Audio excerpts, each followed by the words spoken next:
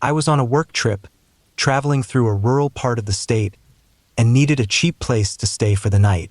Hotels were overpriced, so I checked Airbnb and found a small, single-story house listed for a decent price. The pictures made it look cozy. A tidy kitchen, a simple bedroom, a small front porch with an old wooden swing. The host, Karen, had decent reviews. People described her as friendly but a little overbearing. I figured that wasn't a deal-breaker. The listing emphasized privacy, stating that guests would have the whole house to themselves. That sounded perfect. I booked the place and arrived just before sunset. Karen was already there, waiting on the porch. She was in her late 50s, short, with a warm smile and a thick country accent. She greeted me enthusiastically, almost too enthusiastically, like she was relieved to see me. "Right on time," she said, clapping her hands together. "Come on in, I'll give you the tour." She walked me through the house quickly. The living room had a floral-patterned couch and an old TV. The kitchen was small but well-kept, with an old-fashioned fridge humming in the corner. The bedroom had a queen-sized bed with a thick quilt. Then, as we stood in the hallway, she pointed to a door near the bathroom. "That's just the supply closet. It stays locked. No need to go in there." I didn't think much of it. Lots of Airbnb hosts had locked closets where they kept extra supplies or personal belongings. I nodded and she handed me the keys. "All right then," she said, already stepping toward the door. "Enjoy your stay." She left quickly, and I locked the door behind her. I settled in, unpacking my bag and making myself some coffee.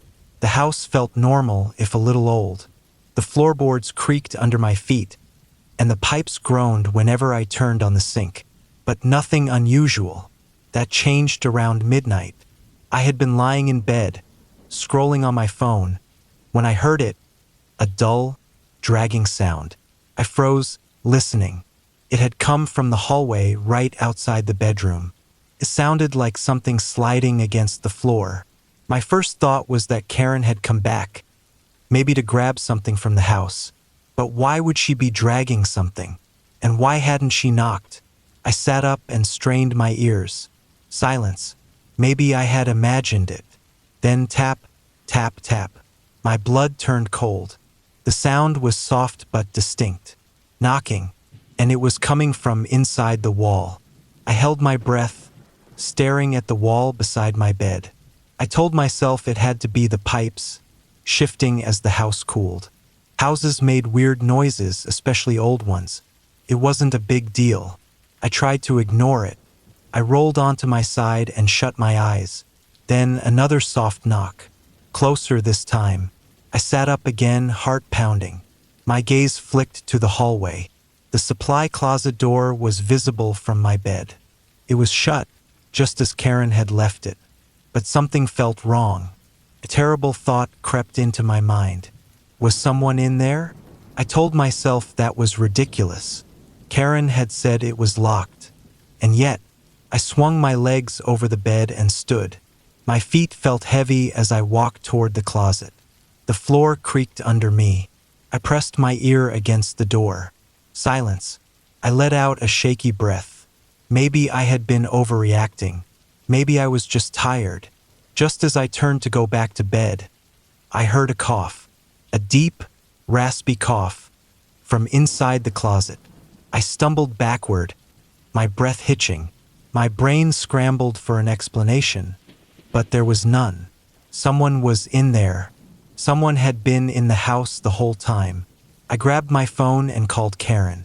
My hands were shaking so badly I could barely press the buttons. She answered on the first ring. "Everything all right?" I tried to keep my voice calm. "Hey, I think someone's in the supply closet." A long pause. Then, in an eerily even voice, she said, "Did you open it?" "No," I whispered. Another pause. Then, with a sigh, she said, "I'll be there in 10 minutes." She hung up. I stood frozen, staring at the closet. My body screamed at me to leave the house, but my curiosity kept me rooted in place. I inched toward the door. Slowly, carefully, I reached out, fingers trembling, and gently tried the handle. Turned. The door was not locked. I yanked my hand back like I had touched fire. My pulse was roaring in my ears. Then the door creaked open. Only an inch, but enough. The closet was pitch dark inside. A stale, musty smell seeped out. And then I saw it, the edge of a mattress. My stomach lurched. There was a bed inside. This wasn't a supply closet. It was a room, and someone had been living in there. The realization hit me so hard I felt dizzy. My breath came in short gasps. I stepped back, keeping my eyes locked on that small sliver of darkness. Then I heard movement, a soft shuffle. Someone was in there, and they were awake. That snapped me out of my trance. I turned and sprinted for the door. I fumbled with the lock, yanked it open, and stumbled onto the porch. The cold night air hit my face, but I didn't stop moving. I ran to my car, jumped inside, and locked the doors. I sat there, chest heaving, staring at the house. The porch light cast long shadows across the yard. Everything was still. Then movement from the window. The curtains shifted. Someone, a shape, a figure was standing inside, watching me. My shaking fingers barely managed to start the car. I peeled out of the driveway, tires screeching. I didn't stop driving until I reached a gas station a few miles away. Only then did I realize my phone was ringing. It was Karen. I let it ring. The next day, I reported the listing to Airbnb. When I checked later, the listing had been removed. Karen's profile was gone. I have no idea who was living in that house with me. I don't know if Karen knew or if she was covering for someone. And I don't want to know. I'll never book a cheap Airbnb again.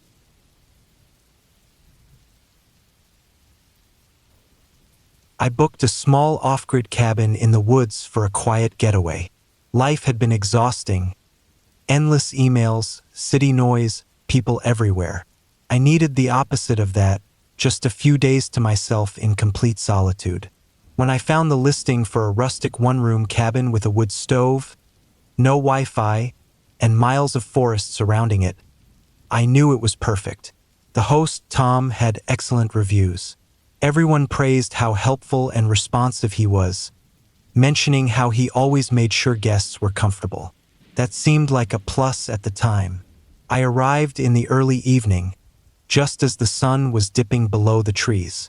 The drive had been long, winding deeper into the forest on a gravel road with no signs, just GPS coordinates. I half expected to lose signal and get lost, but I found the cabin without issue. Tom was waiting for me outside. He was in his late 50s, maybe early 60s, tall and wiry, wearing a faded flannel and jeans. He waved as I pulled in, his face friendly but unreadable. "You made it," he said, extending a hand. His grip was rough, calloused. "Long drive, huh?" "Yeah, but worth it. This place looks great." "It's a nice little spot," he said, nodding toward the cabin. "Got everything you need inside. There's firewood stacked out back. And if you run low, just let me know. I live about a mile through the woods." That last part felt unnecessary. I didn't need to know exactly where he lived, but I nodded anyway. He gave me a quick tour. The cabin was simple. One main room with a bed, a wood stove, and a small kitchenette.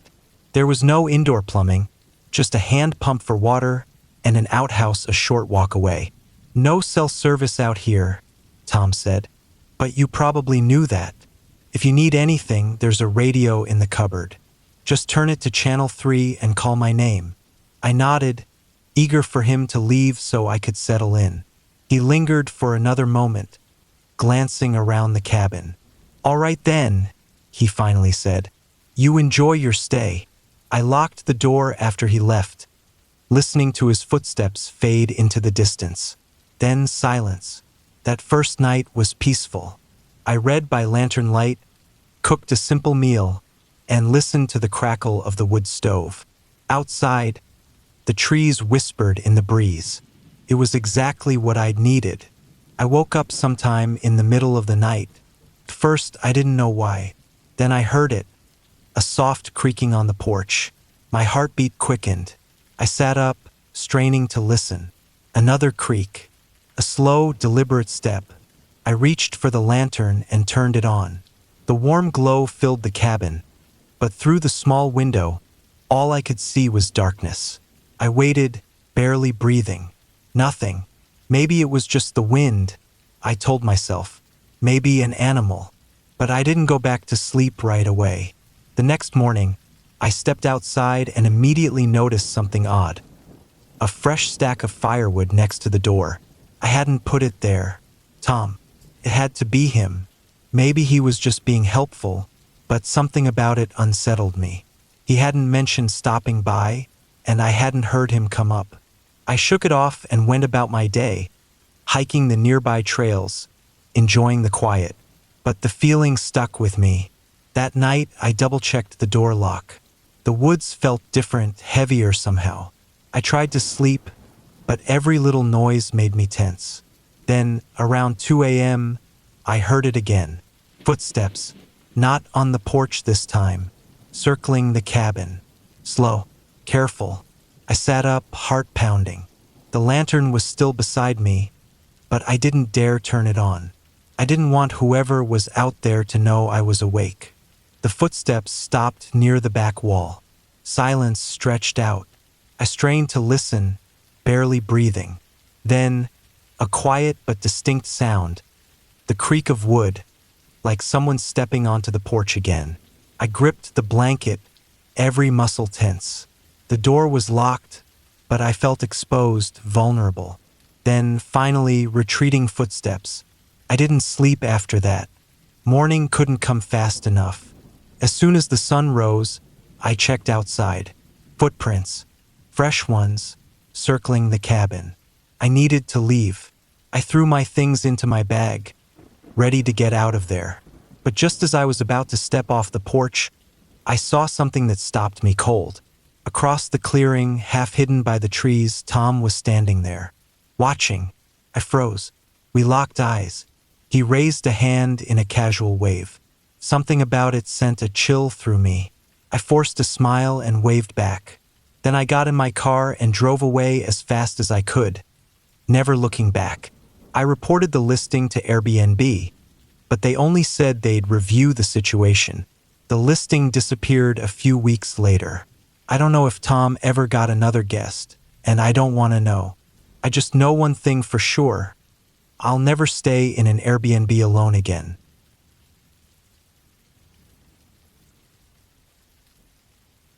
I had never been someone who got easily scared.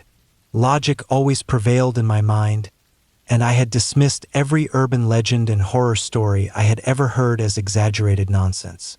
But my experience in that Airbnb changed something in me, something I still can't quite explain.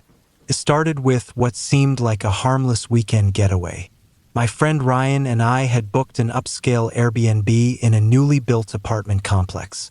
The photos on the listing showed a sleek, modern design, white walls, polished hardwood floors, minimalist furniture. It was reasonably priced for what it was, and the reviews were glowing.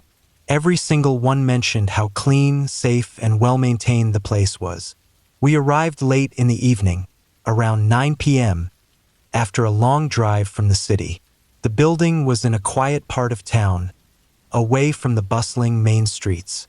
The entrance had a keypad for security, and the hallways smelled of fresh paint. It felt brand new, almost like we were among the first to stay there. The check-in process was smooth.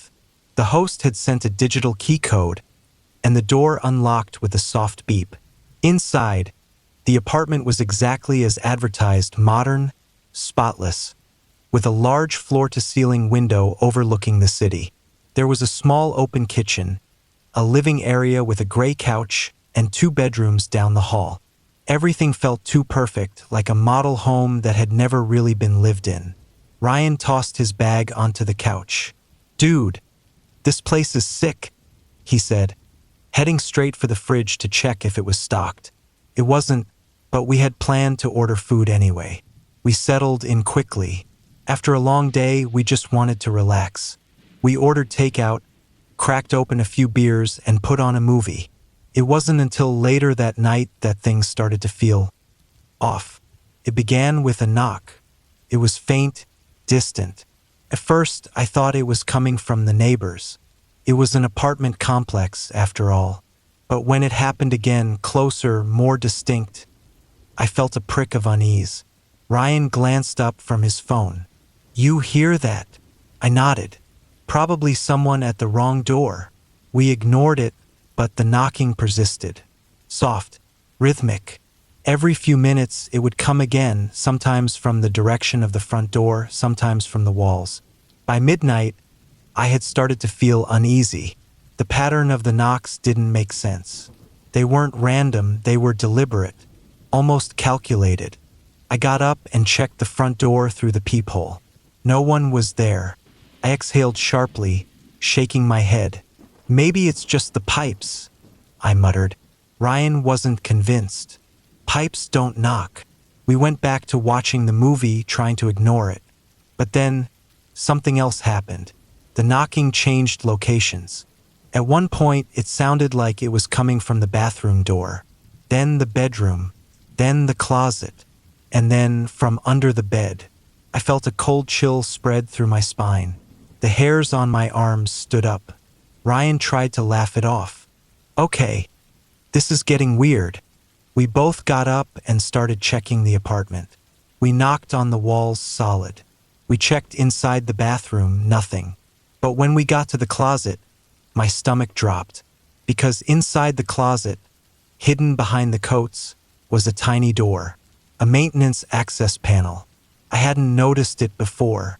It was about 2 feet high and latched shut with a small metal lock, the kind of door maintenance workers use to access wiring or plumbing. Ryan frowned. "Dude, what the hell?"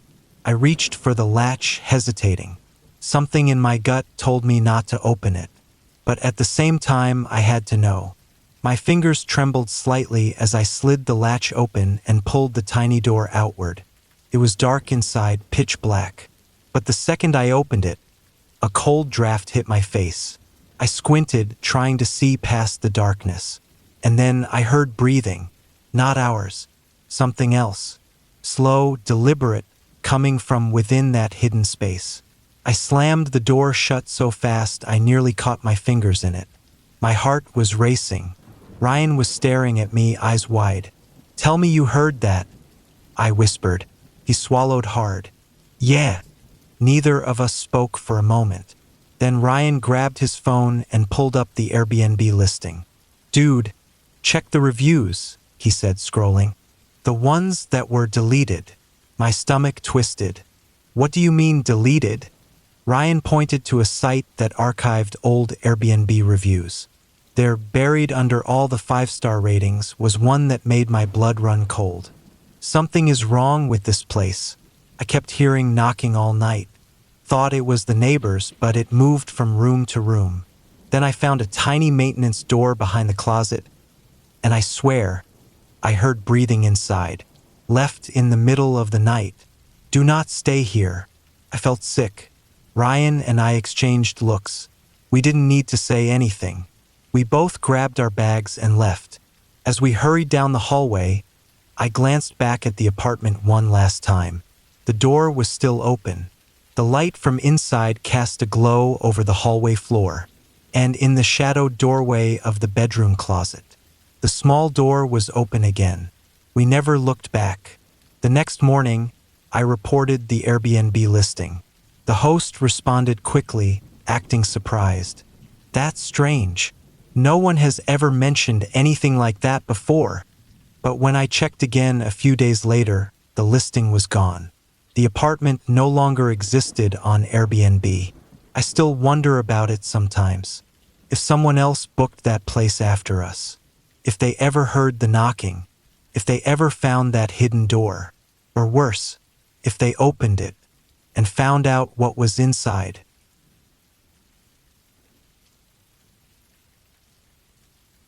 I booked the Airbnb in a rush, eager to find a budget-friendly option near the wedding venue. It was a single room in a house listed as a cozy guest suite in a family home. The pictures showed a clean, well-lit room with a comfortable bed, a small desk, and a window overlooking the backyard. The host, a woman named Linda, had good reviews, at least the ones that were visible. A few were oddly vague, with comments like, "Good location and decent stay." But I didn't think much of it. The price was too good to pass up. When I arrived, Linda greeted me at the door with a polite but distant smile. She was in her late 50s, with shoulder-length graying hair and a pale complexion. She wore a floral apron over her sweater, as if she'd just been cooking. "You're the only guest right now," she said, leading me inside. "It should be nice and quiet for you." The house was neat but slightly dated. The wooden floors creaked, and the air smelled faintly of cinnamon, like she had been baking recently. She walked me down a narrow hallway to my room, a small but comfortable space with a neatly made bed and a few decorative pillows. The window faced a small, well-kept backyard with a bird feeder swaying in the breeze. "Bathroom is across the hall," she said. "Kitchen is open if you need anything. Just be mindful of noise." I nodded, appreciating the straightforwardness. She handed me a key and left me to settle in. The first night was uneventful. I unpacked, showered, and fell asleep quickly after the long drive. But the second night, things took a turn. I was lying in bed, scrolling through my phone, when I noticed a small hole in the ceiling. At first, I assumed it was a smoke detector, but something about it seemed off. The hole was too small for a standard detector, and there was no visible casing around it. Curiosity gnawed at me. I grabbed my phone and used the flashlight to take a closer look. A glint, tiny, reflective lens. A camera. My stomach tightened. I sat there, staring at it, feeling a mix of disbelief and rising panic. Was it really a camera? Or was I imagining things? I needed to be sure. I climbed onto the bed, holding my phone up for a better view. The lens caught the light again. There was no doubt. It was a hidden camera, disguised within the ceiling. My first instinct was to leave immediately. But before I could pack my things, a worse thought hit me. What if there were more? I scanned the room, heart pounding. I checked the corners of the walls behind picture frames, and then the air vent. My breath hitched when I noticed something unusual. Another small, dark hole inside the vent. It was positioned at an angle perfectly aimed at my bed. I grabbed my bag and stuffed my belongings inside, my hands trembling. I needed to get out, but as I reached for the doorknob, I heard soft footsteps outside my door. I froze. A shadow passed under the doorframe. I held my breath, waiting. The footsteps stopped. Then knock, knock. "Everything okay in there?" Linda's voice was gentle, but something about it sent chills through me. I forced my voice to stay steady. "Yeah, just getting ready for bed." A pause. "All right then. Sleep well." Her footsteps retreated down the hall. I exhaled, gripping my phone. I needed proof. I took quick photos of the cameras and a short video, making sure to capture their locations. Then I searched for the fastest way to report this. I found Airbnb's customer support chat and sent them a message explaining everything, attaching the photos. The automated response said they would investigate. That wasn't enough. I needed to leave. Now, I quietly unlocked my door and peeked into the hallway. The house was silent. Linda's bedroom door was closed. I tiptoed toward the front door, gripping my bag tightly. As I reached for the doorknob, I felt a presence behind me. Leaving already? I turned so fast I nearly lost my balance. Linda stood a few feet away in the dimly lit hallway, her expression unreadable. Her eyes flicked to my bag, then back to me. I just remembered I have an early morning," I stammered. She didn't move. "I thought you were staying 2 more nights?" Something came up. "Work emergency." A slow nod. She still didn't move. "Well, I hope you enjoyed your stay." she finally said, stepping aside. But her eyes followed me as I opened the door. As I stepped outside, I could feel her watching me. I hurried to my car and locked the doors, my hands shaking as I started the engine. I drove straight to a motel a few miles away, barely registering the road. The next morning, I received an email from AIRBNB. They had reviewed my case and had suspended the listing. They promised to investigate further but wouldn't provide any more details. A week later, I checked the listing again. It was gone. Linda's profile had been removed, but that wasn't the worst part. Digging deeper, I found a post on a travel forum. Another guest had stayed there months before. Their review had been deleted, but they had shared their experience elsewhere. They had also noticed the cameras, and in their case, when they tried to leave in the middle of the night, they found the front door locked from the outside. They had been trapped. I was lucky. I got out, but I still wonder how many others never noticed the cameras.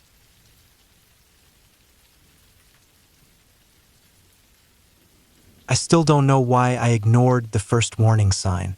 Maybe it was excitement, maybe just the desire for a fun weekend away.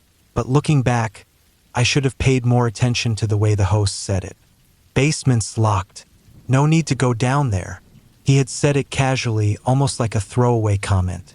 But there was something in his tone, something firm. A little too firm.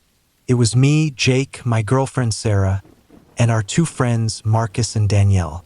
We had all booked a long weekend at a secluded farmhouse on Airbnb, wanting to escape the city noise for a while. The listing was perfect: rustic charm, acres of land, fire pit, hiking trails. The photos showed a classic white farmhouse with dark green shutters, a wraparound porch, and tall grass swaying in the background. Peaceful, idyllic. First, it was exactly that. We arrived in the early evening, just as the sun was dipping below the trees. The drive had been long, winding through dense forest roads with barely any cell signal. That had been part of the appeal: disconnection. No work emails, no social media, just nature and good company. The host, an older man named Raymond, was already waiting for us on the porch when we pulled up. He was tall, with broad shoulders, weathered skin, and a neatly trimmed gray beard. Friendly but not overly chatty. "Welcome," he said, handing me the keys. "You folks enjoy yourselves. Plenty of firewood out back. And, He hesitated, then nodded toward the side of the house. "Basement's locked. No need to go down there." We all murmured agreements, not really thinking twice about it. The moment he drove away, the four of us were already unpacking, claiming rooms, and setting up for a weekend of drinks and bonfires. For the first night, everything was fine. More than fine. It was perfect. We grilled burgers on the fire pit, sat under the stars, and let the cool country air fill our lungs. The house itself was old but well kept. Hardwood floors, antique furniture, a big stone fireplace in the living room. The only odd thing was the locked basement door at the end of the hallway.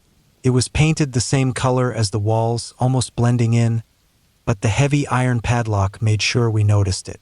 "Think there's treasure down there?" Marcus joked. "More like a hoarder's paradise," Danielle laughed. "Probably full of old junk." We didn't think about it after that. We had no reason to, until the second night. It started as a faint sound around 2 a.m. I was half asleep when I heard it, a dull scraping. It was soft, almost rhythmic. My eyes opened slowly, adjusting to the dark room. Sarah was next to me, breathing evenly, still asleep. I held my breath, listening. Scrape, scrape. It was coming from below. I told myself it was just the house settling. Old houses make noise. Wood shifts, pipes creak, it's normal. But then came the thump. A single heavy sound, like something falling. I sat up, my pulse suddenly hammering. Across the hall, I heard Marcus stir in his room, muttering something. He had heard it too. For a few long moments, there was silence. Too much silence. Then, a soft shuffle. From the basement. I was frozen. My skin prickled with something cold and instinctual. This was not the house settling. Someone was down there. I forced myself to breathe slowly. Maybe it was an animal? A raccoon or something that had gotten in through a vent. But that didn't explain what I heard next. Breathing. Slow. Shallow. Just beneath the floorboards. My heart nearly stopped. I waited, listening until finally, after what felt like an eternity, the sound faded away. I lay back down but didn't sleep the rest of the night. In the morning, Marcus brought it up first. "You guys heard that last night, right?" Danielle frowned, stirring her coffee. "The thump?" "Yeah." "I thought maybe something fell in the kitchen." "No," Marcus said. He looked at me. "That sound came from below us." Sarah groaned, rubbing her arms. "Let's not freak ourselves out. It's an old house. Old houses make noise." But Marcus wasn't convinced. Neither was I. So when Sarah and Danielle left for a hike later that afternoon, we decided to check it out. We went to the basement door. The padlock was solid. No sign of it being tampered with. But then Marcus crouched down, inspecting the bottom edge.